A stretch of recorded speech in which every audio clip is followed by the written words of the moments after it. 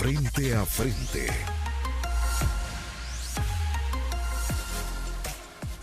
Mitad de la semana, gracias por estar con nosotros, buenos días y bienvenidos, miércoles 2 de junio del 2021. Les saluda Moisés Urbina y esto es Frente a Frente en TCS.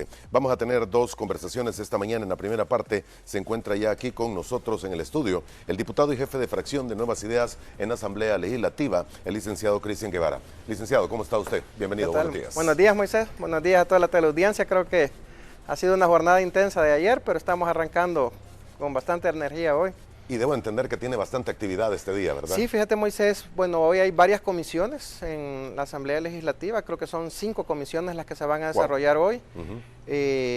Bueno, y en mi caso no me tocaba sesionar, pero dejamos abierta la Comisión de Hacienda, yo soy presidente de la Comisión de Hacienda, y este día vamos a recibir a 3 funcionarios. Vamos a recibir a la ministra de Educación, Carla Hananía Varela, para ver el tema de mi nueva escuela, que es un proyecto, llamémosle así, faraónico, de hacer 200 nuevas escuelas que cambia el modelo educativo del país. 200 nuevas escuelas. 200 nuevas escuelas, pero fíjate, a ti te parecerá, y creo que a cualquiera, 200 nuevas escuelas decís es un gran avance, pero el déficit que tenemos de escuelas es de 2.500, que están en malísima calidad, pero malísima. Es decir, el día que nos hicieron la presentación, bueno, yo soy padre de 2 niños, yo me ponía y decía, Dios mío, yo no quisiera que mis hijos nunca fueran a un lugar así. Y muchos padres de familia, miles de padres de familia salvadoreños se ven obligados a mandar a sus hijos a escuelas, te digo, de láminas, galeras, con letrinas. Bueno, si tienen letrinas, ¿verdad? Si tienen letrinas, pero es que era un abandono, Moisés, increíble. Vamos a recibir al presidente del INDE, Yamil Bukele, con el tema, se llama Prodeportes, este proyecto que es un tema de cambiar toda la infraestructura deportiva del país. Es reestructurar todo, Es reestructurar, y fíjate que lo bueno, Moisés, es que no estamos hablando solo cambios en San Salvador. Mi nueva escuela va a abarcar los 14 departamentos del país, igual Prodeportes se va a concentrar en todos los lugares donde ya hay infraestructura deportiva y desarrollar nueva.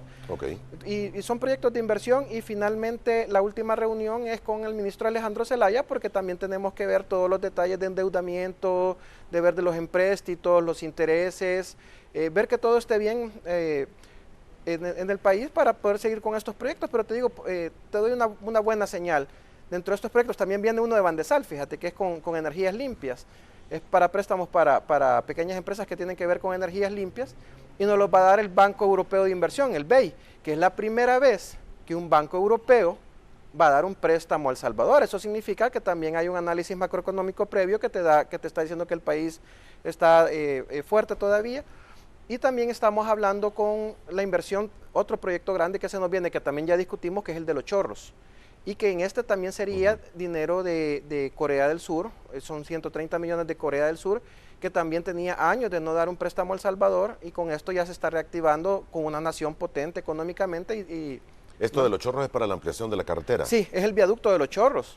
El viaducto específicamente para el viaducto. El viaducto de Los Chorros, que es creo que es la obra vial más grande que se va a hacer en el país en los últimos... Aquí estuvo el ministro de Obras Públicas y nos dijo que era el puente más grande. Es el puente más grande, sí, y te digo, mira, si vos lo ves, esta inversión se va a cambiar, se recupera en tan solo 4 años, porque tú sabes que, bueno, el 80% de la producción transita por ese punto. Se hace en esta zona, en esa zona franca están las producciones más grandes del país, y nuestra conexión con Guatemala y con Honduras también deriva en esa zona. Entonces es una recuperación.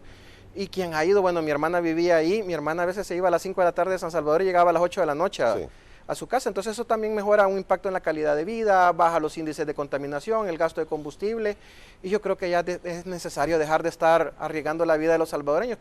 Bueno, ahorita ayer, con la lluvia de ayer, yo solo me pongo a pensar la posibilidad de un deslave, de un derrumbe ahí, y toda nuestra solución era siempre cavar la roca, poner malla. Al otro año se caía, cavar la roca, poner malla, y eso al final eran 8 millones de dólares al año que se iban ahí. Eso nos mencionaba el ministro de Obras Públicas. Déjeme nada más informarle a los amigos televidentes, a partir de las 7:15 aproximadamente, en la segunda entrevista, tendremos aquí en el estudio a la licenciada Anabel Belloso y a la diputada del grupo parlamentario del FMLN en la Asamblea Legislativa. Retomando los temas, todos estos ministros están convocados el día de hoy. Están convocados el día de hoy, sí. No sé si también mis otros compañeros hayan convocado a alguien más del gabinete. Te digo, Moisés, es que hemos cambiado la dinámica de hacer trabajo. Yo siempre lo cuento como anécdota. El primer viernes que yo estuve en la Asamblea, yo ya había oído las historias legendarias de que ningún diputado llegaba a trabajar. Que el viernes con lo que decía que andaban en territorio, nadie llegaba ahí. Pero mi sorpresa fue que yo salí de una reunión como a las 2 de la tarde, a la asamblea, donde supuestamente hay 2000 y pico de personas trabajando, y no había nadie. No había nadie, a las primer 2, viernes. pero unos pocos los veías por ahí, pero la asamblea vaciada de carros también no había. Entonces yo creo que era una cultura de no trabajar. Eso es lo que tenían enquistado ahí, una cultura de no trabajar, porque vos ves a un montón de gente todavía, a pesar de que se está haciendo una limpieza de Plaza Fantasmas, pero en la primera semana, mira, es que era increíble la cantidad de gente apoyada contra las paredes sin hacer nada. O sea, yo los saludaba, buenos días jefe, buenos días señora, pero estaban ahí, mira, apoyándose contra la pared, y pasaba 2 horas después y ahí seguían apoyando. Yo sé que el edificio dice que se puede caer, pues, pero no creo que su función sea estar deteniendo los muros. Ajá. Exactamente. Ahora, esto de las plazas fantasmas, bueno, hay mucho que se ha hablado de esto. ¿Es realmente así plazas fantasmas como tales o eran plazas para correligionarios de los distintos partidos políticos o una mezcla de ambos? Mira, solo te voy a dar un ejemplo. Por ejemplo, habían 300 comunicadores. 300 comunicadores. Distribuidos en todas las fracciones políticas. Sí, distribuidos en algún lado, pero 300 comunicadores. Y yo he ido a los espacios físicos, digamos, la radio legislativa, televisión legislativa, la gerencia de comunicaciones, prensa, y ahí no te cabían ni 100 personas. Y te caben así bien ajustadas, pero te caben lo más 100 personas. Es decir, y hay gente que me decía, mira, esta persona solo vino a trabajar unas 10 veces en estos 3 años, porque estaba designada en un partido político, entonces ella él donde iba era allá, ¿verdad? Entonces creo que esta forma que se fue deformando durante 30 años es lo que estamos cambiando de verdad. Bueno, vamos a tener un ahorro, esperamos nosotros, de $7 millones este año en presupuesto, que la mayoría vienen de plazas que ya no se van a renovar, que estaban ahí, que era una sobrecarga. Aparte de la gente que te digo deteniendo las paredes, en todas las escaleras siempre hay gente, ahí están chateando. Porque toda esta gente que vino ya cuando se hizo el anuncio de las plazas fantasmas, cuando ya vieron el resultado de las elecciones, aparecieron. Y ni siquiera tenían escritorio asignado. Se mencionó en algún momento que eran 1019 o 1009. Sí, 1109, si no o me equivoco. 1109. 1109, sí. Las 1109 plazas van a ser eliminadas. Se están eliminando, si los partidos desean, todos los partidos tienen un presupuesto. Entonces, si un partido desea recontratar a alguien, están en la libertad de hacerlo, ¿verdad? Pero sale de ese presupuesto. Y ellos decidirán qué función le asignan. Ok. Se mencionó también, algunos partidos de oposición dijeron en los últimos días que no se les había indicado cuánto sería el presupuesto de cada una de las fracciones. Mira, a todos los grupos, en el caso de Arena no lo sé, porque el doctor Portillo Cuadra entiendo yo que estaba fuera por... Está de duelo. Está de duelo por el fallecimiento de su hija. Doctor, le mando un fuerte abrazo. Yo también tengo un hijo que padeció de cáncer y sé lo que es ese camino, entonces le mando un fuerte abrazo al doctor, pero en el caso de él no sé, porque no sé si ya se reincorporó al trabajo, pero en el caso de todas las demás fracciones ya se envió la notificación y saben su presupuesto. Y ellos van a decidir cuál es la mejor manera de trabajar, de distribuirlo. Sí. ¿Ha disminuido el presupuesto de cada una de las fracciones? Mira, lo que pasa es que nos va a tocar como el presidente Nayib Bukele en su primer año. Nosotros vamos a trabajar con un presupuesto heredado, que es una explicación que creo que los salvadoreños necesitan saber. Okay. Nosotros hemos heredado un presupuesto, ya está aprobado. Nosotros lo que hemos tratado de hacer es una mejor redistribución y un ahorro con ese presupuesto. Pero ya el presupuesto estaba, entonces nosotros para el 2022 ya vamos a trabajar una propuesta que contemple un ahorro de gastos integral, porque te digo, ahí hay un montón de cosas que ya o están en ejecución o están en proyectos que no los podemos detener. Solo por darte un caso, ahí hay una oficina que es de pura tabla roca, Moisés, y de la tabla roca más barata que te puedas imaginar. Y una cosa que parece alcaldía estas de pueblo bien feas, y cuesta $420,000. Y es un salón grande, pero cuesta $420,000, con los peores detalles del mundo que te puedas imaginar. Ahí hay un parqueo que no tengo todavía el dato exacto, pero si vos vas a ese parqueo, bueno, la gente le dice la polvosa, allá adentro. La polvosa. A esa parte del parqueo, le dicen la polvosa. Parece un potrero, allá adentro de la asamblea, parece un potrero. Y dicen que se le invirtieron $200,000. Uy. Entonces, y lo que ves es un montón de material tirado en una esquina, oxidándose, porque hay hierro y todas estas cosas así oxidándose. Entonces, ya estas cosas no van a pasar en el futuro. Bueno, fuimos a la ex oficina de Sigfrido Reyes, en la vicepresidencia, 7ª planta, y yo ni pude entrar. Habían $25,000 de vasos desechables ahí. Solo una foto. $25,000 de vasos o sea, desechables. es como, bueno, este set es bien grande, pero es como que vieras este set lleno Sí, no, yo me imagino la cantidad de de vasos. Bueno, Eh, hicimos cálculos y si los consumiéramos al ritmo que lo estamos consumiendo, nos tardaríamos 8 años en consumirlo. Es decir, pasaría esta legislatura y 2 más para consumir estos vasos. Ahorita ya estamos viendo cómo hacer de donarlos o entregarlos a asilos, escuelas, lugares donde van a ser adescos, donde de verdad van a ser utilizados, porque no es el hecho que nos sobre ese dinero, sino que es simplemente que con el tiempo se van a deteriorar. Y así, bueno, todavía no he ido a ver las bodegas. Dicen que en las bodegas hay 10 años de papel higiénico y 12 de papel bond, y que por cierto las remas la compraron como a $15. Pues. Así. Así era la. Ahora, la distribución, ¿en base a qué se ha hecho la distribución del presupuesto para cada una de las fracciones políticas? Fíjate que es la primera vez que se hace equitativamente según el número de diputados, porque antes veía fracciones de 10 que tenían un presupuesto equivalente al casi que el de una de 20. Hoy se ha hecho equitativa de manera justa según el número de la fracción. Y yo he visto también en las redes sociales, y hay que aclararlo, gente que decía, ¿y por qué le dan dinero a Arena? ¿Por qué le dan dinero al FMLN? Como repito, en el presupuesto ya estaba contemplado así, y estamos en la misma situación del presidente Nayib Bukele cuando le tocó recibir un presupuesto ya aprobado. Que por cierto era el más caro, el más alto de la historia del país. Ese presupuesto era el más alto de la historia del país, aprobado por el FMLN, y que en los primeros 6 meses ya habían dilapidado la mayor parte, pero le tocó al presidente recibir ese proyecto. Y mira, es que es una práctica, te digo, de dilapidar. Son $58 millones, Moisés. $58 millones lo que recibía la Asamblea Legislativa. Yo te invito, si querés vamos, y te voy a ir a enseñar esas instalaciones, pero es que dan lástima. O sea, todo en un mal estado. Ahí seguridad no hay. O sea, vos ves los cables, de todos los cables de cualquier aparato eléctrico grande, están literalmente pelados. O sea, yo creo que estamos así a las puertas de un incendio que gracias a Dios no ha pasado, pero es que así ha sido el descuido. O sea, ves los techos en mal estado, por todos lados hay fugas de agua. O sea, te dicen, mira, esta oficina no se puede ocupar porque cae el agua. Porque cae el agua y en una gran cantidad. Mire que aquí se venció esto, que aquí lo otro.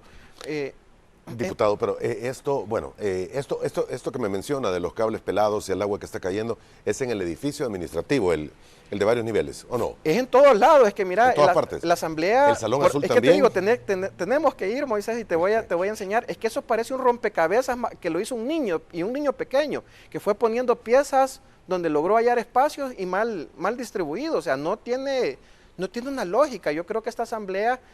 hay otras prioridades, pues, pero creo que esta Asamblea merece un plan maestro de reordenamiento. Ya, es que ahí hicieron yo le digo que ahí como que contrataban al que había ganado el premio al peor albañil del año, ¿verdad? Porque eran unas cosas, pero muy mal hechas, mal pensadas y mal ejecutadas. Con apertura que nos está diciendo todas estas cosas, le pregunto porque hay algunas publicaciones a través de los medios de comunicación en los que se dice ya se ha aprobado por parte del presidente de la Junta Directiva de la Asamblea los presupuestos para cada una de las fracciones, y señalan que para la bancada CIAN son $9 millones al año, que aproximadamente va a tocar 14,000 al mes por cada uno de los diputados. Ya te digo la cifra exacta para no...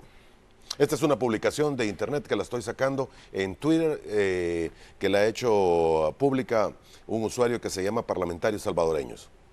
Ahorita te digo exactamente la cifra para no estar especulando.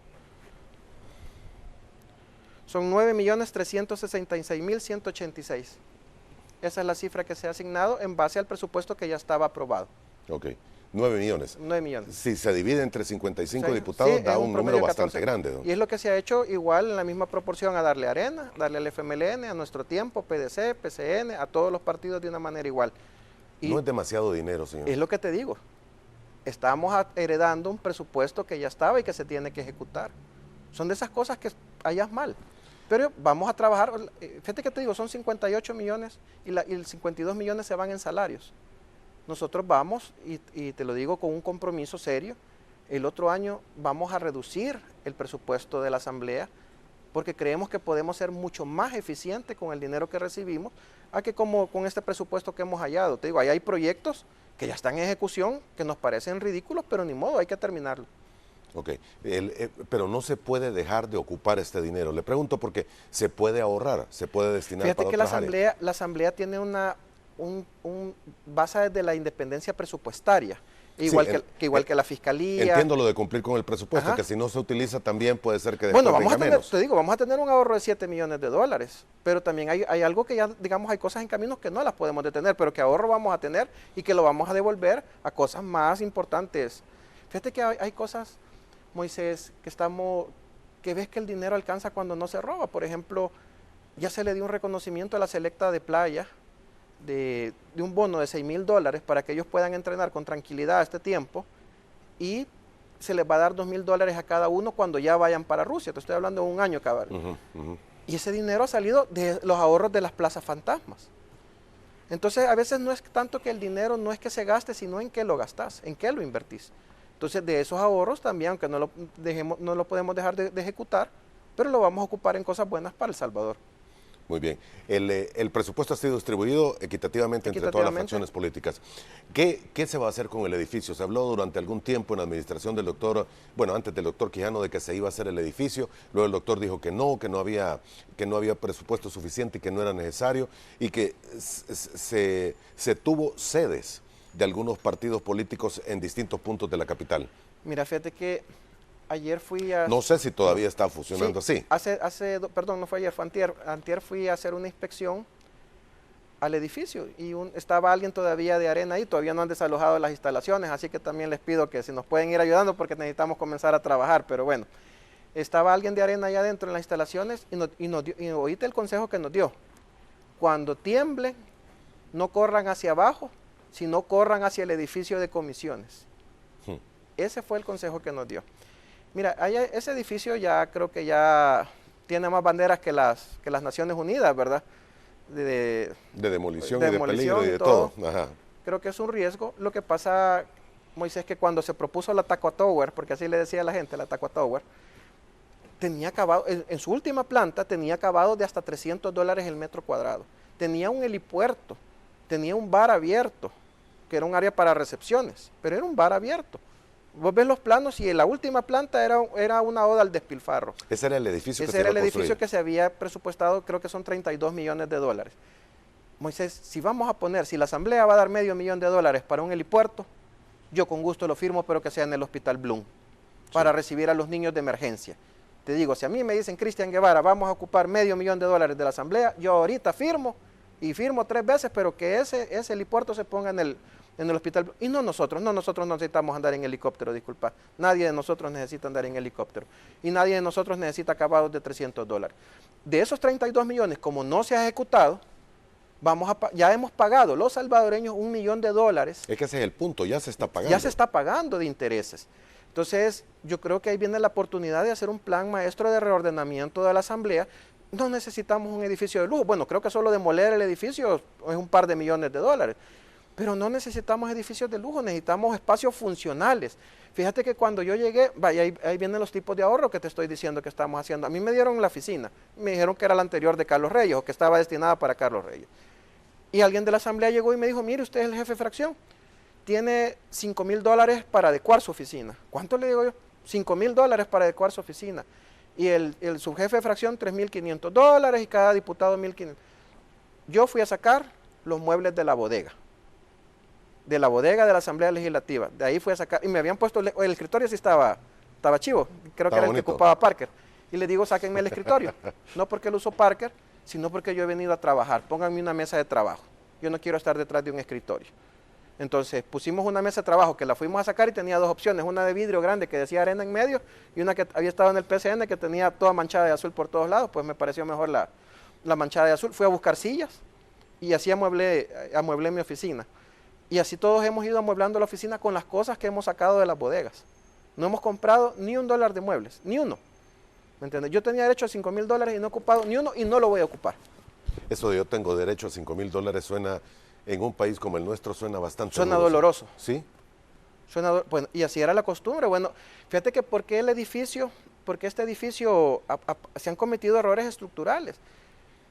Era un edificio que se le tenía que ir bajando carga y lo que hacía cada uno que llegaba lo remodelaba, entonces le ponía cerámica sobre Más cerámica. muebles y de todo. Cerámica, bueno, el del FMLN llamamos el área de los asesores, y lo único que había dejado el FMLN era un basurero y un piso rojo horrible, o sea, habían puesto una cerámica roja encima del piso, y así hemos ido hallando todo este tipo de detalles.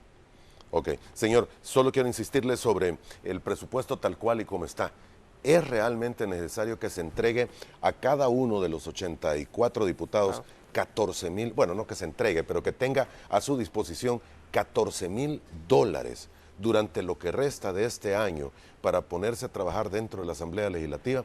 Y le hago la pregunta porque en fracciones en las que tienen 4, 5 o un diputado, 14,000 parecerá bastante poco, entre comillas, si va a pagar secretaria, ordenanza y todo lo que necesita para operar, además de uno o dos asesores.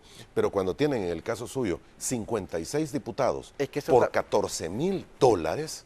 Mira, la cifra es grande, Moisés, pero solo hoy venía, fíjate, antes me venía preparando para esta entrevista, y solo en la Comisión de Hacienda, que yo estoy presidiendo, en estas, llamémosle, tengo cuatro sesiones, he visto 19 decretos por un valor de arriba de $2,000 millones. Si lo comparas con la cantidad de trabajo que se hacía antes y con la cantidad de trabajo que estamos haciendo ahora, también nosotros lo vamos a justificar con trabajo. Okay. Entonces, y también nunca en la historia de este país se había visto una fracción tan grande. Es más, cuando llegamos en la primera plenaria, mi primer reto, bueno, los jefes de fracción normalmente están hasta detrás de las fracciones como para tener una vista, control de lo que está pasando. Somos tan grandes, Moisés, que comenzamos en el ala izquierda, enfrente de la esquina que ayer mencionó el presidente, pero comenzamos así, subimos todo el pasillo y cubrimos toda el ala derecha, que creyó Arena que la tenía escriturada de por vida, porque esa siempre había sido el lado donde ellos se sentaban. Así de grande es esta fracción. Entonces, cuando veo ese presupuesto de ese tamaño, también es porque nunca había habido una fracción tan grande, administrando tanto personal, que es un reto también para mí. Habemos hasta 3 o 4 sentados en la misma oficina porque no tenemos espacio, y desde ahí estamos haciendo este trabajo que te digo. Bueno, son 20 comisiones, y hasta la fecha creo que solo una no se nos pudo reunir una vez por falta de quórum, pero porque estábamos en otras comisiones. Y antes vos sabías que era rara la comisión que se reunía, solo cuando les interesaba. Entonces, el presupuesto es alto, pero también nuestro compromiso y nuestra carga de trabajo también lo es ahora. Muy bien. Hablaba usted de que van a reunirse la Comisión de Hacienda. ¿Se va a reunir hoy con el ministro de Hacienda, es? Sí, nos vamos a reunir con el ministro Alejandro de Zelaya para ver todos los empréstitos y todos los créditos, ¿cómo van? Todos los financiamientos que hay. Mira, aquí viene un tema que siempre te dice la oposición: ustedes están endeudando el país. Bueno, yo te acabo de decir, vamos a hacer 200 escuelas. Y todos dicen, es un gran salto, son $200 millones, un gran avance. Y yo me quedé con un nudo en la garganta cuando supe que nos quedaban 2.300 más por ver. ¿Y de dónde va a salir este dinero, Moisés? O sea, nos dejaron un país quebrado, nos dejaron un país en ruinas, que si ellos hubieran avanzado poco a poco, no tuviéramos la necesidad de hacer las inversiones tan grandes que necesitamos ahora. Pero ¿quién se puede negar? Y fíjate, y le voy a decir a los salvadoreños algo que quiero que lo vean y que quede bien claro. Viene Arena y el FMLN y hacen lo mismo en todas las comisiones. Están a favor, y hasta en las plenarias, están a favor de las nuevas escuelas. Sí, ¿cómo le vamos a negar un préstamo a los salvadoreños? ¿Cómo vamos a negar un préstamo al sistema educativo si son los niños el futuro del país? Y a la hora de votar, votan en contra. Y vos lo ves, el discurso siempre es bien lindo, porque el discurso es el que queda grabado. La votación no. Pero en la votación votan en contra. Y así lo hacen. Y en las comisiones echan unos speech lindísimos a favor de la educación, a favor del deporte, a favor de las carreteras, de la infraestructura vial, a favor del futuro. Y votan en contra siempre. La preocupación de muchos sectores podría andar en la cantidad de dinero con la que el país se está endeudando, y los que se han endeudado en el pasado mes de mayo. Hay algunos analistas económicos que señalan que pasamos de los 1.500 millones de decretos que se aprobaron para endeudamiento. Pues son 2.000. Son 2.000. Son 2.000. En así mayo. Que hasta en eso están mal esos analistas. Pero te voy a decir, yo he sido empresario. Y vos tenés dos opciones. Cuando sacás un préstamo, o lo convertís en gasto, o lo convertís en inversión. Gasto es el chaparral. 700 millones de dólares de que los salvadoreños no hemos visto ni un dólar de retorno de inversión. Gasto es los 350 millones de SACA, que los invirtió en sus empresas privadas. Gasto es los 300 millones que se llevó Funes a Nicaragua. Eso es gasto. Inversión es la nueva carretera de Los Chorros, el nuevo viaducto. Bueno, solo mira el camino a Sor City. Los negocios en las zonas han aumentado un 40% de ingresos. Tráete a la ministra de Economía y te lo va a decir con más detalle. 40% de ingresos. ¿Cuánto crees que de impacto en la zona, impacto económico en la zona, impacto inmobiliario va a tener eso? Esas casas van a valer muchísimo más. Se van a desarrollar nuevos proyectos y eso genera empleo. Claro, porque la gente dice, ok, ya me tardo 10 minutos en llegar y no 3 horas. Muchos empresarios se fueron a Honduras porque decía, a mí me vendieron que yo estaba a 14 kilómetros de San Salvador y no estoy a 14 kilómetros, estoy a 2 horas, 3 horas. ¿Te imaginas tener un container de refrigerado ahí 2 horas o 3 horas? Sí, con el tráfico que no se puede. Entonces, nosotros lo que estamos haciendo es inversión. El programa Crecer Saludables y Crecer Juntos, de la primera dama, que es la primera inversión que vamos a hacer en primera infancia. Tenemos un retorno de inversión medido entre el 8 y el 14%. Entonces, cada dólar que lo pongamos ahorita, claro, no lo vamos a ver mañana, pero lo vamos a estar recogiendo en 1, 3, 4, 5 años. Entonces, esas son inversiones que hemos decidido nosotros invertir. ¿Qué decidieron ellos gastar? Y nosotros vamos a recuperar ese dinero a largo plazo. Cuando se da cuando los créditos son bien utilizados y se da para inversión e infraestructura del país, creo que el procedimiento está lo correcto. Lo que pasa es que cualquier crédito que usted saque, y usted lo dijo, soy empresario, hay que pagarlo. Sí, hay que pagarlo. Y hay que ver cómo se va a pagar. Sí, hay que pagarlo, pero también fíjate que son tasas bajas, condiciones bien, vaya, solo te voy a dar, la mayoría de tasas son al 1.25. O sea, es una tasa, ya con todo esto de la tasa LIBOR llega al 2%, pero es una tasa bien manejable. Cualquiera creo que en este país quisiera tener un crédito al 2%. Lo otro, tenemos 5 años de plazo de gracia. Es decir, si lo invertimos ya, si le metemos ya, cuando se empiecen a ver los resultados ya vamos a tener para recoger, y son a 25 años, ¿me entendés? Entonces, yo creo que nos da tiempo a los salvadoreños primero de invertir bien. Y claro, yo estoy a favor de la transparencia, que nos cuente, que a todos los ministerios, al gabinete, a quien vaya a ejecutar esto, que le cuenten las costillas hasta el último dólar. Yo estoy a favor de eso. Y yo estoy seguro que si lo hacemos estas inversiones, mira, primero, cada de estas inversiones, ahorita, Moisés, el mayor reto que tenemos es apostar por el empleo. No podemos negar que la economía ha quedado golpeada después de la pandemia. O sea, aquí se perdieron empleos, se cerraron negocios, hay pequeñas y microempresas en problemas. Y todo esto, cuando vos invertís, mira Estados Unidos cuántos billones va a invertir, va a ser su presupuesto más alto. Porque claro, tiene que inyectarle a la economía. O sea, esto es lo que nosotros estamos haciendo ahorita, lo hicieron en la Segunda Guerra Mundial. Claro, ahí vienen estos analistas, que como no van a ver ningún dólar, fíjate que de la plenaria, esa plenaria nosotros aprobamos, si no me equivoco, 700 millones de dólares en empréstitos. Fue la plenaria pasada. Y lo que me llama, cualquiera antes de la Comisión de Hacienda hubiera salido en un pick-up ahí, nuevo, de lo negociado. Y en el pasillo me encuentro a mi compañero Ángel Lobo de Usulután y le digo, ¿qué te pasa, Ángel? Porque lo vi preocupado. Es que fíjate que ya se fue el bus. ¿Se te fue el bus? Le digo. Sí, es que yo me vengo en la 302 y vieras, me sale caro porque le tengo que pagar al de seguridad y yo vengo en el asiento de adelante. Y ya son las 9:20, se nos fue el bus. No, hombre, no te preocupes, ahorita te busco quien te dé RAI. Y así conseguimos que se fuera el RAI hasta Usulután, a los que iban para Oriente. Ya cambiaron las cosas, Moisés, ya no pedimos, o sea, no hay ningún dólar que negociemos bajo la mesa. Ninguno, ni un centavo. Muy bien, tenemos que hacer la primera pausa, vamos a volver en aproximadamente 5 minutos, le invitamos a que se mantenga con nosotros, tenemos algunas interrogantes a través de las redes sociales, ya volvemos.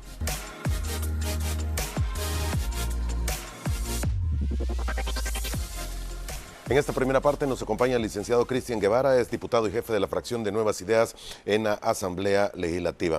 Va a haber intensa actividad este día, la sesión plenaria está programada entonces. No, la sesión es para mañana. Para mañana. Para mañana. La actividad hoy a las 11 son comisiones. Comisiones. Hoy vamos a trabajar comisiones, 5 comisiones que están convocadas y yo que dejé la sesión abierta de la Comisión de Hacienda para seguir viendo el tema de mi nueva escuela, la infraestructura deportiva y la carretera de Los Chorros, la nueva carretera de Los Chorros.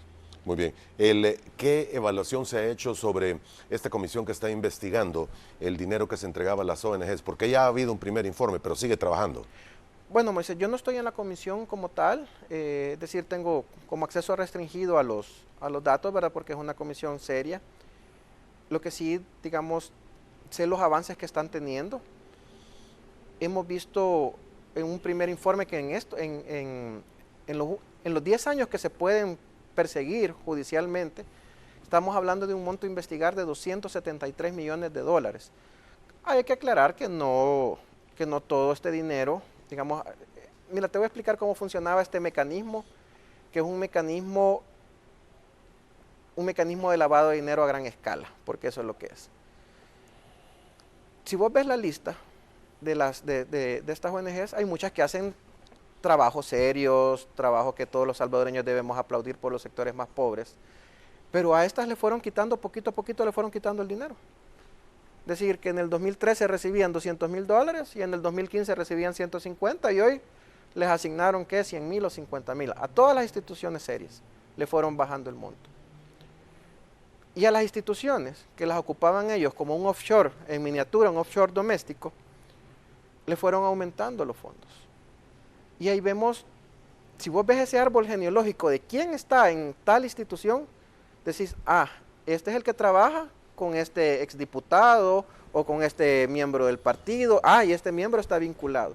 Y hay dos grandes salas. Ves toda esa red de ONG vinculadas al FMLN y ves toda una red de ONGs vinculadas a Arena y algunas con hilos en común. Entonces, este te digo es un primer mecanismo.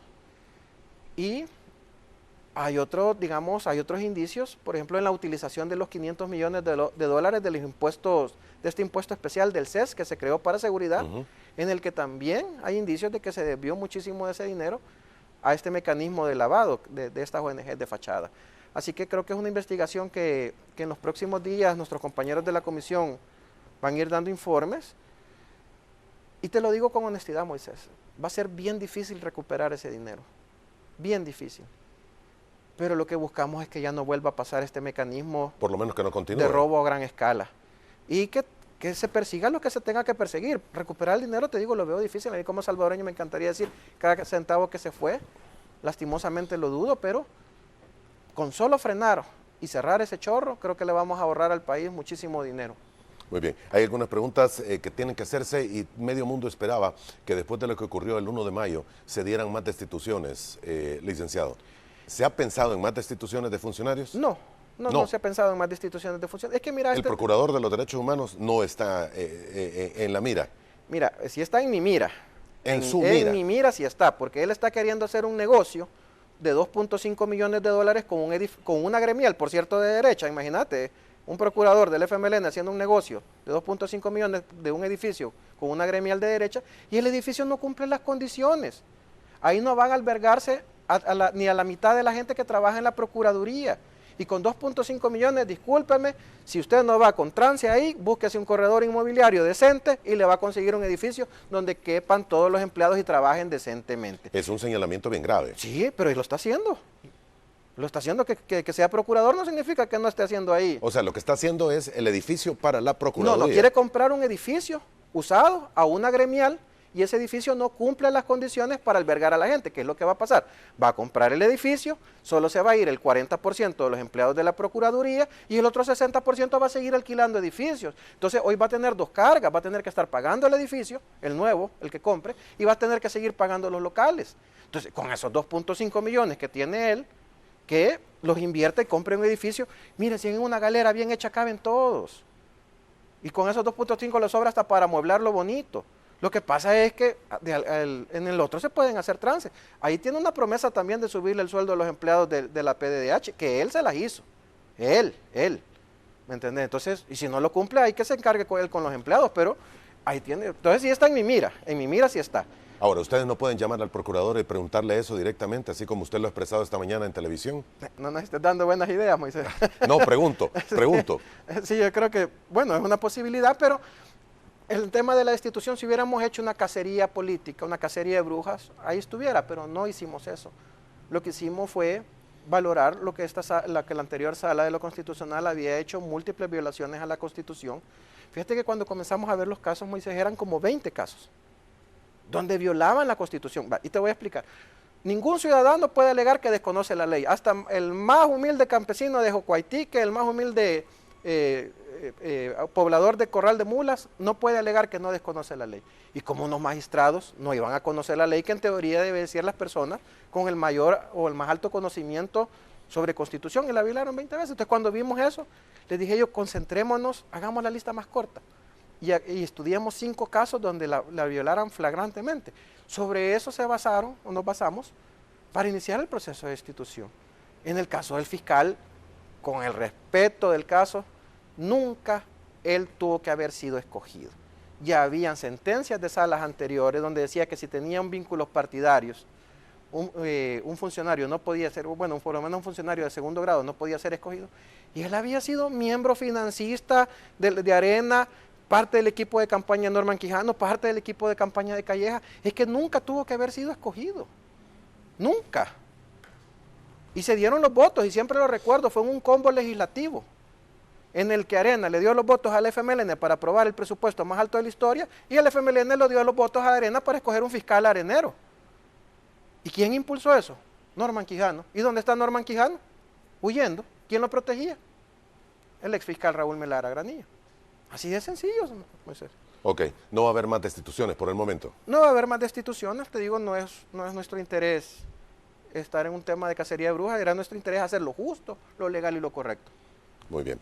Tendremos que seguir hablando, se nos ha terminado el tiempo. Diputado, gracias por haber estado con nosotros. Vamos a estar pendientes de esa serie de reuniones que va a estar bastante intensa la actividad esta mañana en la Asamblea Legislativa y a ver qué ocurre el día de mañana en sesión plenaria. Solo para concluir con esto, ¿hay alguna pieza muy extremadamente importante que necesite ser llevada el día de mañana para aprobación?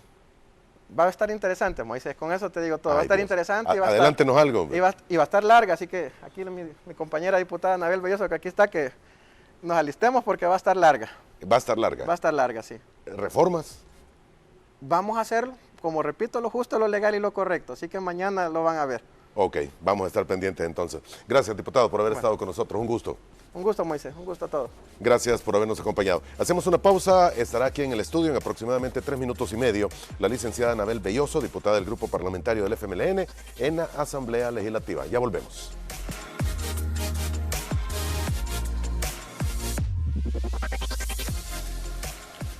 Licenciada Anabel Belloso, diputada del Grupo Parlamentario del FMLN en Asamblea Legislativa, nuestra invitada en esta segunda parte de Frente a Frente. ¿Cómo está usted, diputada? Bienvenida. Muy buenos días, Moisés. Gracias. Un saludo especial también a toda la audiencia de Frente a Frente. Un placer poder iniciar este miércoles compartiendo sobre los temas de interés nacional desde acá. Gracias por acompañarnos y aceptar la invitación. Ya escuchamos una versión de lo que sucede en la Asamblea Legislativa. Hoy vamos a escuchar qué opina el FMLN sobre lo que se ha mencionado. Pero antes, por lo último que dijo el diputado Guevara, dijo hay que estar pendientes el día de mañana y preparados porque va a ser una plenaria bastante larga. ¿Se menciona o se oye algo, diputada? Bueno, hasta el momento en la dinámica que por procedimiento corresponde al trabajo legislativo, es decir, lo que las comisiones producen en dictámenes se conoce en el Pleno, y salvo casos excepcionales que pueden ingresar en la plenaria o podrían ingresar en la plenaria con una posible dispensa de trámite, como hoy digamos ese orden normal del proceso prácticamente ha quedado en el olvido. Vimos cómo desde la primera sesión plenaria la práctica ha sido incorporar temas con modificación de agenda, limitando el espacio a discusión, porque obviamente inmediatamente después viene la solicitud de dispensa del trámite, y por lo tanto en el mismo día de la plenaria se entera uno, digamos, de los temas que son de interés, en este caso del gobierno y de sus representantes en la Asamblea Legislativa, a aprobar, y que obviamente por la correlación numérica que tiene esta legislatura lo hacen sin mayor discusión y debate. Yo creo que el carácter deliberativo y de construcción colectiva, porque se trata de eso, Moisés. Yo siento a veces, no sé ni cómo expresar, en el sentido de que se cree que cuando uno opina aun cuando esta opinión pueda ser no del gusto del resto, digamos, de grupos, y en este caso principalmente de quienes hoy tienen un mayor número de votos, es porque creen que ya uno está en contra o que es una posición por oponerse nada más, un capricho, y no. El tema y el valor, digamos, que debe tener un espacio como la Asamblea Legislativa, donde más allá del número que esté representado de un partido u otro, es una expresión de la pluralidad, porque aun cuando haya uno de un partido es porque hubo población que le delegó la representación y que espera que haga un trabajo desde ahí, desde el programa que vendió en la campaña, desde los valores o principios que su partido dice que milita. Y en este caso, digamos que este tema a pura imposición numérica prácticamente ha ido quedando en el olvido. Y lo digo porque sí sabemos que, por ejemplo, quien en esta semana ha producido algunos dictámenes o va a producir porque está en sesión abierta es Hacienda, que sigue en la lógica de endeudamiento que ya hemos anunciado. Hay 3 préstamos que quedaron pendientes todavía, que fueron solicitados hace un par de semanas, que tienen que ver uno con el tema del viaducto, ¿verdad?, en la carretera de Los Chorros, que son alrededor de 240 millones, 200 millones más para educación en un programa que denominan Mi Nueva Escuela, y alrededor de 115, creo, para escenarios deportivos, que son sin duda lo que mañana van a pedir. Y son los 3 temas que mencionó que va a recibir hoy a representantes de cada una de las instituciones. Sí, así es. Me imagino que eso por un lado. Luego creo que hay un dictamen por ahí o 2 de legislación, otros de archivo que aún no han sido conocidos por el Pleno, aun cuando las comisiones en mayoría decidieron enviar archivo todos los expedientes, y habrá que esperar. Yo creo que ese factor sorpresa obviamente lo utilizan para limitar que haya variedad de opiniones y que se pueda aportar también, porque creo que al final en el medio del Pleno es muy difícil incluso poder leer a detalle las iniciativas, sean cuales sean estas, y poder decir, en esto obviamente estoy de acuerdo, en esto no, y poder ir construyendo, tal como lo hace una comisión en su sesión ordinaria, ¿verdad? Entonces, habrá que ver. Yo debo decir, este tema lo hemos venido señalando desde el inicio, cómo se atropella el procedimiento y se hace un uso abusivo de la figura de modificación de agenda y de dispensa de trámite, que ya la misma sala... aquí es como que yo agarro la jurisprudencia cuando me conviene, porque a veces mencionan jurisprudencia o hacen referencia a sentencias, pero cuando obviamente estas sentencias hacen señalamientos, como el caso de la dispensa, que dice que debe ser, el mismo reglamento lo establece, por carácter urgente, cuando se utiliza esta figura, no lo están haciendo, sino que la están utilizando obviamente para evitar, ¿verdad? Y como se dice, bypassear el procedimiento. El procedimiento que tiene que ir por la comisión, bueno, ingreso, comisión, estudio. Exacto. Y envío al pleno, exactamente. Ahora, hablamos de varios temas, pero antes quiero conocer la opinión que usted tiene de la rendición de cuentas o el discurso, como han señalado algunos, del presidente anoche en la Asamblea Legislativa. Bueno, definitivamente de rendición de cuentas no tuvo nada. Creo yo que toda la población que pudo sintonizar la transmisión, más allá de la pompa y de todo el tema de un montaje prácticamente como un escenario para una filmación de película, lo que tuvo en contenido, lo expresado por el presidente, no es un informe, no es una rendición de cuentas. La Constitución y el reglamento interior de la Asamblea Legislativa le mandatan al presidente de la República rendir este informe año con año de su gestión. Sin embargo, nuevamente escuchamos de parte del presidente un discurso de confrontación, ¿verdad? Aun cuando ellos dicen y señalan que otros son los que manejan este tipo de discurso, es él como primera magistratura el que encabeza este tipo de discurso de odio, que yo no sé realmente qué persiguen ahora después de 2 años del gobierno, no rendir cuentas, no explicar ningún programa ni proyecto, porque obviamente no hay, Moisés. Porque la razón de fondo es esa, porque no hay. O sea, toda la infraestructura que han salido inaugurando, los proyectos o programas son los que ya venían gestionados o incluso se habían comenzado a trabajar desde el gobierno anterior. más allá de otros puntos que uno puede señalar y adjetivos que puede calificar a este gobierno, donde obviamente el tema de la no transparencia, no rendición de cuentas, de ir obviamente en contra del acceso a la información pública, que es un derecho, ha estado marcado ahí y lo vemos reflejado en el día a día, ¿verdad? Ha sido un gobierno que llama la atención, que ayer decía no se tiene a nadie detrás presionando, hablo del tema de oligarquía, de los poderes fácticos, del poder ideológico también, y obviamente lo hemos visto en diferentes ocasiones acompañado de esas expresiones que él ahí cuestionaba de una forma, obviamente diciendo de que nadie hoy controla, que solo es el pueblo, y yo quisiera saber si realmente el pueblo, digamos, ha estado a favor de que él con las compras públicas beneficie a sus mismos ministros, beneficia a su círculo de confianza, que declare en reserva la información de las compras públicas, el mismo plan de salud, que no tengamos una planificación a la fecha. Es un gobierno altamente improvisado que desde el inicio ha peleado, ¿verdad?, con la planificación, y esa improvisación ha llevado a que se violenten derechos de manera sistemática.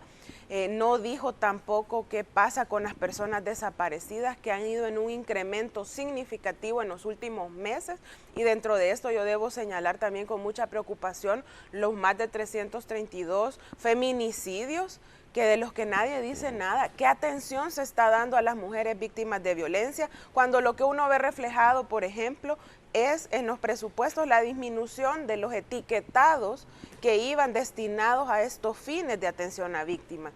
¿Qué pasa con los niveles de pobreza? Que no solo pueden ser, consecuencia de la pandemia, o que se le pueden achacar al tema de la pandemia. Eso es un elemento. Pero el tema de la pobreza en el país ha ido en incremento y tiene también a la base la supresión de programas que servían como ingresos alternos. La pensión básica universal para las personas adultas de 70 años, mayores de 70 años, en los municipios de extrema pobreza, desapareció desde el inicio.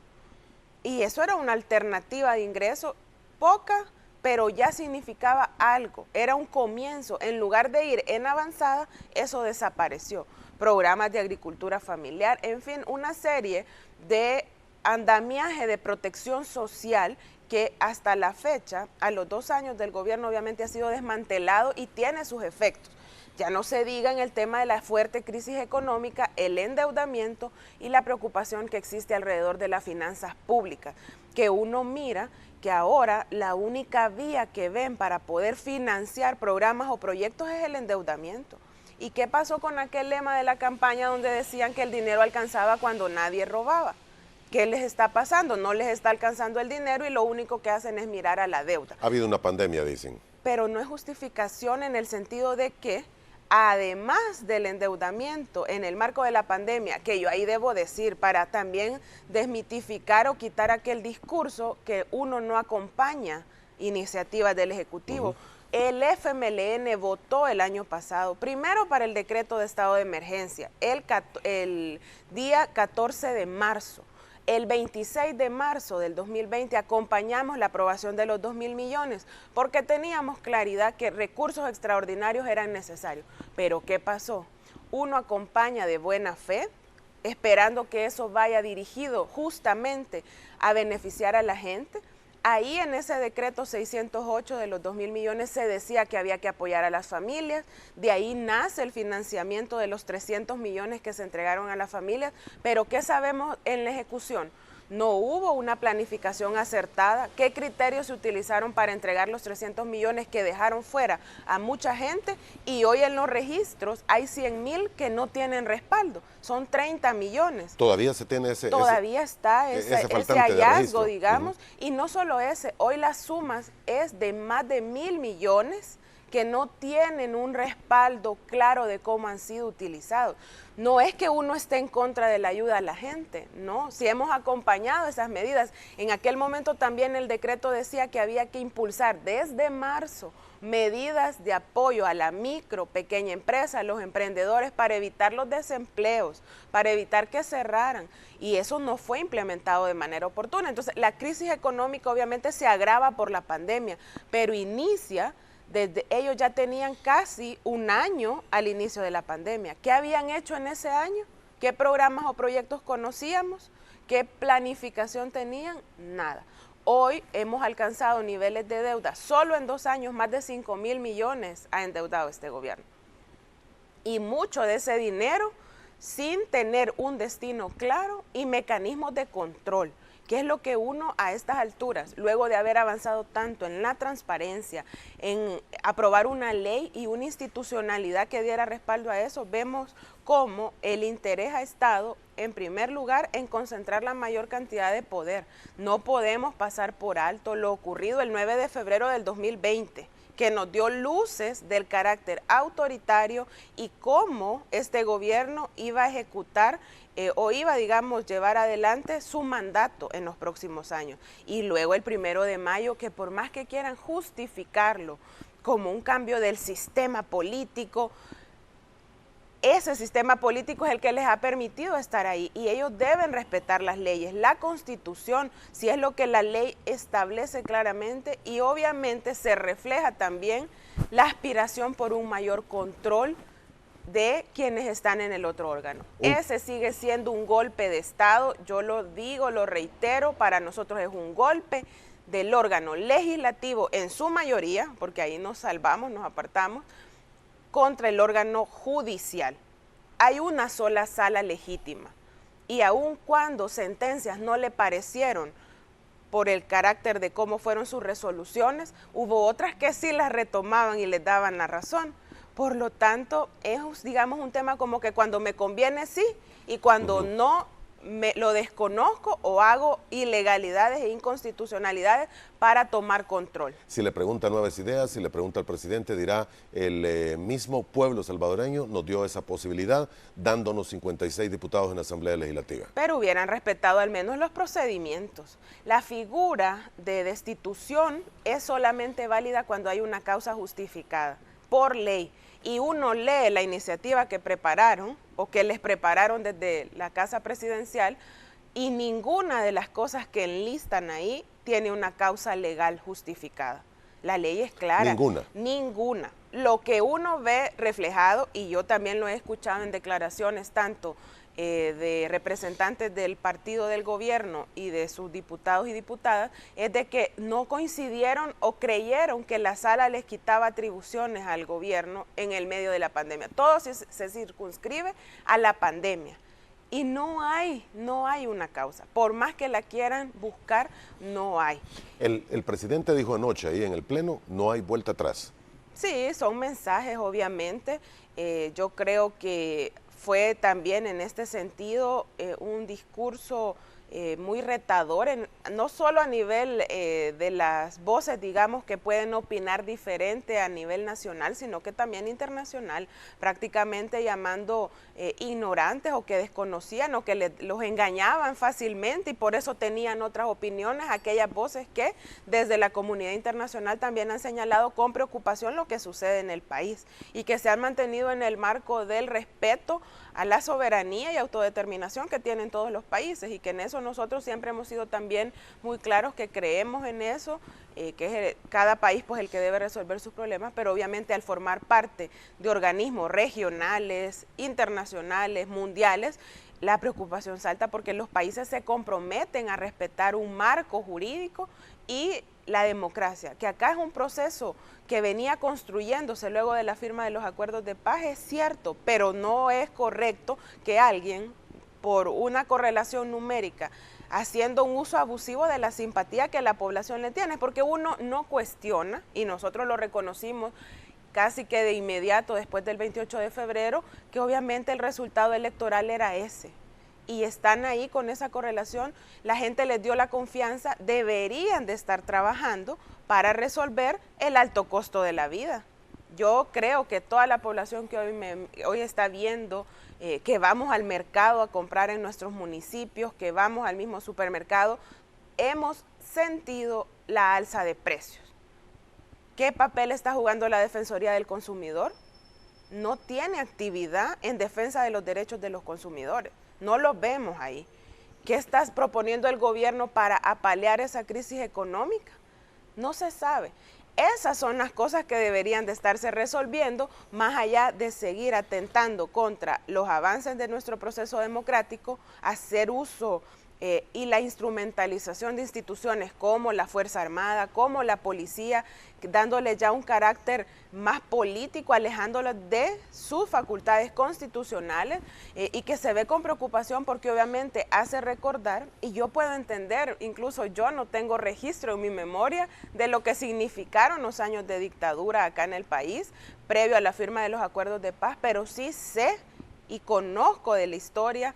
Hay que recobrar la memoria histórica porque lo que menos podemos permitirnos es ir en esa vía que a través del discurso, de la narrativa, de prácticamente todo ese aparataje comunicacional que trata de vender una realidad, en el territorio es otra. Porque otro tema que podemos tocar sensible, yo lo decía, lo de la seguridad.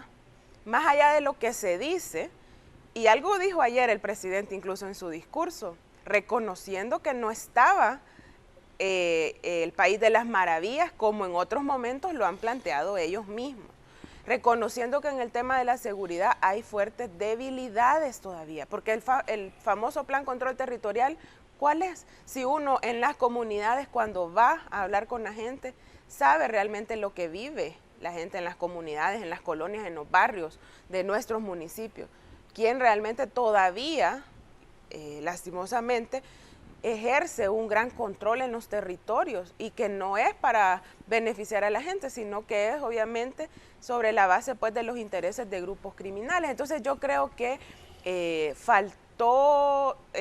fue un discurso totalmente vacío, que no rinde cuentas a la población de lo que han hecho y que sigue manteniendo características del discurso desde el primer día, ¿verdad? Volvió a repetir prácticamente de que van a haber decisiones que no van a gustar. Atacó a los medios de comunicación, a quienes yo también les expreso mi solidaridad porque nunca antes habían tenido tanta complicación en la Asamblea Legislativa para ejercer su labor, como que los mueven en conjunto hacia un lugar y de ahí los quieren sacar otra vez en conjunto, limitándoles el ejercicio libre, ¿verdad?, de prensa. Tuvieron que rebuscarse algunos, quedarse ahí para tener reacciones alternas a la voz oficial. Y es que eso hay que reconocer en un proceso democrático, también las minorías cuentan, porque representan también parte de la población salvadoreña y desconocerlo obviamente solo es una característica de un gobierno autoritario como el que hoy tenemos en el país. Bien, tengo que hacer la última pausa comercial, pero antes, licenciada, el tema del endeudamiento. Se habla mucho de que podríamos llegar a niveles, o ya pasamos, niveles de 92 o 93% con respecto al PIB. El ministro de Hacienda a inicios de esta semana nos dijo que esperaba terminar el año con 86 puntos porcentuales con respecto al PIB. Las cifras se manejan de formas diferentes. Algunos estudios señalan de que durante el mes de mayo fueron 1.500 millones de dólares en endeudamiento para el país, pero el diputado Cristian Guevara nos señaló, no Moisés, se han equivocado ellos, son 2.000 millones de dólares los que se han tomado en préstitos para el desarrollo del país. ¿Hay manera de evaluar esto y poder decir vamos a poder pagarlo? Porque el diputado Guevara dijo que sí existe la posibilidad y que son tasas bajas. Bueno, yo no sé si le llaman tasa baja al 9.5% de la colocación de bonos que hubo hace algunos meses, ¿verdad? Obviamente ellos se limitan a la única deuda, a la deuda desde el 1 de mayo a la fecha. Sin embargo, en el endeudamiento no podemos dejar de lado la deuda que ya se trae, en el sentido de que muchas veces, y no muchas veces, en el país, obviamente, cada año hay que pagar una fuerte cantidad de deuda. Solo en el 2021 son 1.100 millones, es decir, un presupuesto mayor que el de salud y solo por poco superado por el de educación. Y de esto, 800 millones son intereses. No es cierto que estamos colocando deuda o adquiriendo deuda únicamente en condiciones favorables, ¿no? Si la situación de crisis política, la incertidumbre, la inseguridad jurídica también hace que el país al final, cuando se endeuda, termine accediendo a condiciones obviamente que van en contra de los intereses de todos y todas, porque quienes pagamos somos todos y todas. Yo debo decir que hay que cuestionar mucho el porcentaje que se habla hoy con respecto al PIB de deuda, porque está calculado bajo proyecciones y eso hoy dicen que es el 82.6, cuando uno toma cifras incluso de las mismas instituciones como el Banco Central de Reserva, porque con ese porcentaje de deuda están diciendo que hemos tenido un crecimiento en estos primeros meses de más del 7%. ¿Será una realidad teniendo en cuenta la crisis económica que tiene el país? ¿Cómo están manejando las cifras? Sería bueno que el ministro, en aras de la transparencia, dijera cómo han hecho ese cálculo o cómo está proyectando que al cierre del año va a ser un nivel de endeudamiento del 86%. Nosotros lo hemos solicitado, sin embargo, así digamos de manera verbal, públicamente, no hemos tenido una respuesta en el sentido de que ellos en eso siempre han sido también bastante reservados, incluso en el marco de la discusión del presupuesto, nosotros cuestionamos cómo calculaban los ingresos, cómo proyectaban también el crecimiento que en aquel momento se planteaban. Ni siquiera la proyección de crecimiento que ellos tenían al presentar el presupuesto el año pasado del 2021 tenía una cifra como la que hoy están manejando de un crecimiento mayor al 7%. Entonces, habría que ver. Yo creo que, y lo dije hace un momento, es muy irresponsable y parte del buen gobierno debe ser un uso eficiente de los recursos que hasta la fecha no lo vemos, porque no lo vemos tampoco presentando un plan de reacomodo de las finanzas, de ordenamiento de finanzas públicas que vaya orientado a evitar que el único camino que veamos sea seguirnos endeudando, que obviamente tenga la base, la justicia tributaria, que tenga la base también, como lo dije, el gasto priorizado, porque siempre están buscando mecanismos para, uno, evadir controles. Hoy obviamente el control prácticamente ya no existe ni siquiera en asamblea porque tienen ellos una mayoría, que el rol de pesos y contrapesos y contraloría entre órganos prácticamente desaparece. También con la sala que ellos han puesto ahí a puro inconstitucionalidad e ilegalidad. Por lo tanto, lo que deberían de estarnos presentando es eso. Tienen 3 años todavía y van a seguir únicamente por la vía de la deuda. Tienen más de 7,000 millones en presupuesto ordinario. ¿Cómo lo han ejecutado? Hay muchas de las cosas que hoy están pidiendo deuda que tienen línea presupuestaria. ¿Cuánto han ejecutado de eso? Los mismos programas de primera infancia, y no es que uno esté en contra del desarrollo de la primera infancia. Ya había fondos designados. Fue el FMLN quien empezó esos programas. Solamente en este tema del desarrollo integral de la primera infancia en salud había más de 42 millones como ministerio y de ahí una serie de asignaciones por hospital que manejan una figura descentralizada. Por lo tanto, hubiese sido bueno conocer primero esas ejecuciones para determinar si era necesidad endeudar. Muy bien, vamos a la última pausa comercial, volvemos en aproximadamente 3 minutos. Siga con nosotros.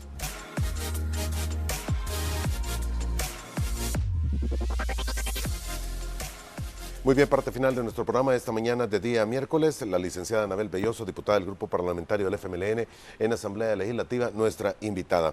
Antes de algunas preguntas e interrogantes de los amigos televidentes, ¿no hay jefe de fracción del FMLN? Todavía no.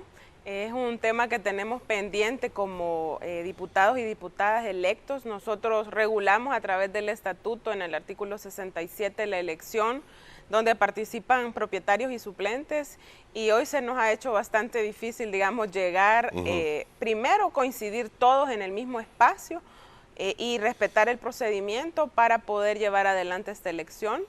Sí es algo en lo que yo creo que no podemos seguir teniendo tanto tiempo, digamos, porque la figura administrativamente está regulada incluso desde el reglamento interior de la Asamblea Legislativa, y es necesario para diferentes motivos, ¿verdad? Desde la conducción política, obviamente, pero también a nivel administrativo. No sé si fue al final de la semana pasada o inicio de esta semana que usted en algunas declaraciones a medios dijo de que no le habían notificado cuál era el presupuesto para la fracción del FMLN y que incluso algunos salarios o sueldos no se habían terminado de pagar.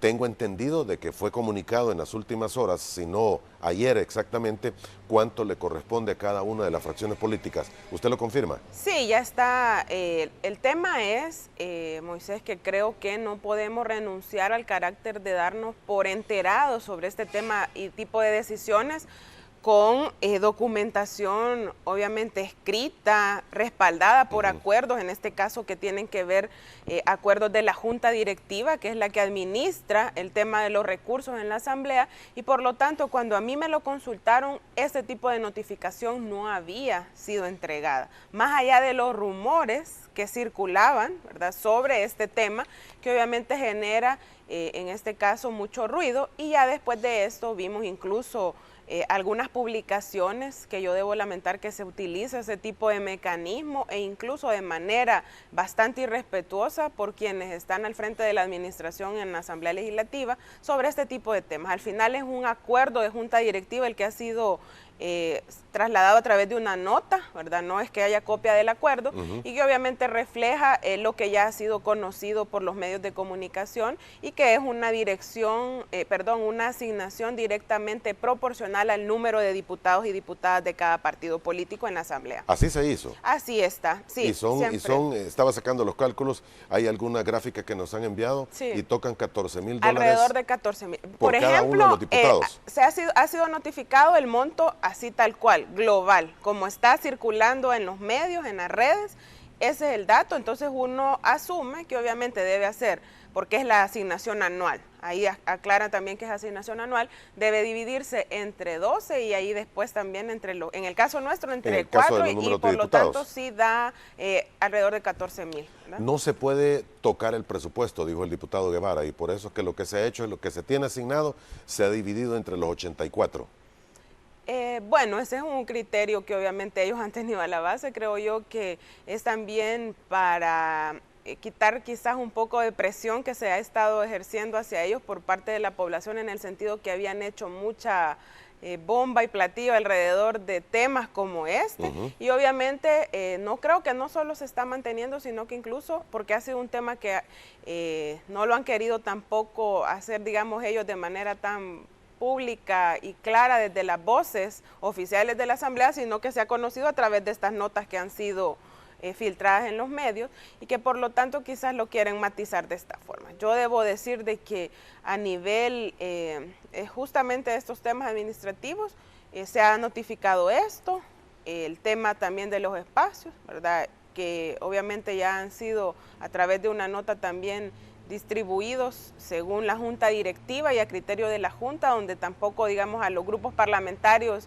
que no estamos representados en la Junta se ha dejado como una opción de opinión, ¿verdad? Sin embargo, son temas a los que al final tampoco limitan nuestro trabajo. Nosotros hemos estado siempre acostumbrados a estar en espacios reducidos más allá de lo que algunos publican en sus redes. Sería bueno también que la población conozca otros espacios que distan mucho de lo que incluso algunos ya han publicado de las bancadas que por primera vez están llegando a la Asamblea Legislativa y que han tomado espacios que en la anterior Asamblea hubo decisión de acomodar, son espacios prácticamente nuevos en el sentido que hay que recordar que el edificio tiene daños estructurales a raíz de los terremotos y todo lo que ha venido sucediendo en los últimos años y que obviamente obligó a otras administraciones a tomar alternativas e incluso de adecuar espacios dentro de la misma asamblea que antes pues eran otra cosa. Por ejemplo, el ex Palo de Hule, ¿verdad?, donde se levantó una serie de oficinas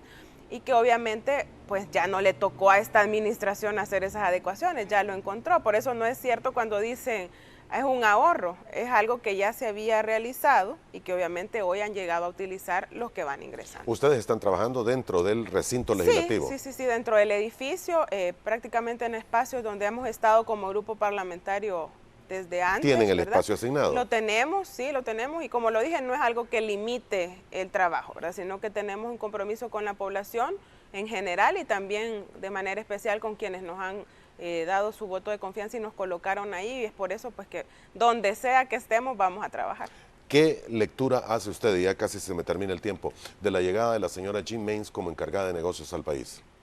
Bueno, obviamente, en primer lugar hay que decir que ya digamos que se ha tomado bastante tiempo, en este caso Estados Unidos, para un nombramiento directo a nivel de embajador o embajadora, ¿verdad? Porque seguimos viendo que se mantiene a nivel de encargados, ¿verdad? Que sabemos pues en el orden jerárquico también eso puede llamar la atención de por qué no hacer un nombramiento desde ya también de embajador o embajadora, ¿verdad? Desde que se retiró el anterior.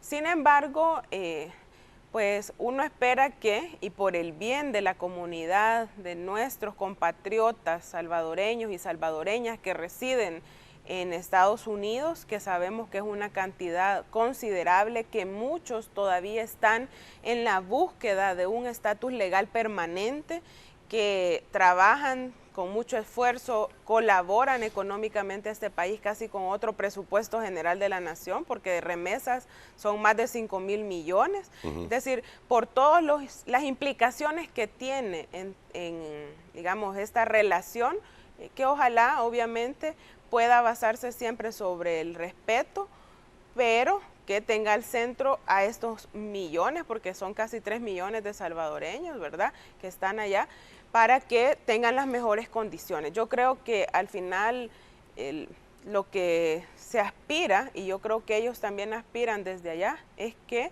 se maneje una relación de cordialidad, una relación que permita ir avanzando y que garantice los derechos de ellos que están allá, pero que siguen siendo pues salvadoreños y salvadoreñas, y que el gobierno, en lo que le corresponde en el manejo de su política exterior, contribuya también a esto y que no haga tensiones, digamos, innecesarias que puedan tener después repercusiones en esta población, ¿verdad?, en nuestros compatriotas que residen allá, y que también obviamente implicaciones en el país por lo que ya decía, tanto la relación comercial y la relación económica que hay de envío de remesas, ¿verdad? Para terminar, y me quedan 90 segundos, ¿está graníticamente unido el FMLN o hay división como en algún momento fue expresado por uno de los emblemáticos dirigentes del FMLN? Bueno, creo que lo que ha causado, digamos, este tipo de dudas u opiniones es votaciones diferenciadas que hemos tenido en algunos temas.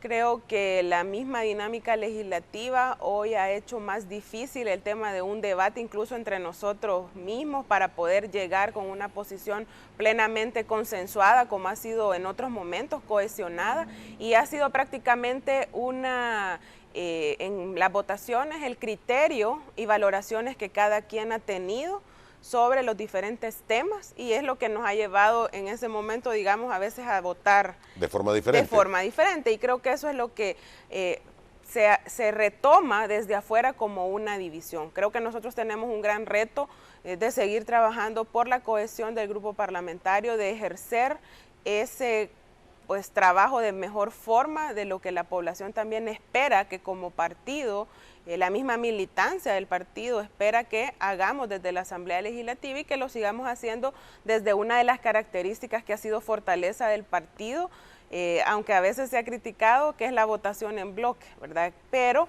obviamente hoy se ha reflejado así por diferentes quizás puntos de vista sobre algunos temas. Muy bien, gracias por haber estado con nosotros esta mañana, diputada. Suerte. Gracias Moisés, un saludo especial también a toda la audiencia y siempre en la disposición de poder compartir con ustedes. Buen día. Buenos días. Y a usted, amigo televidente, gracias también, buenos días. Que esté bien, que la pase muy bien, cuídese y primero Dios nos volvemos a ver mañana a la misma hora.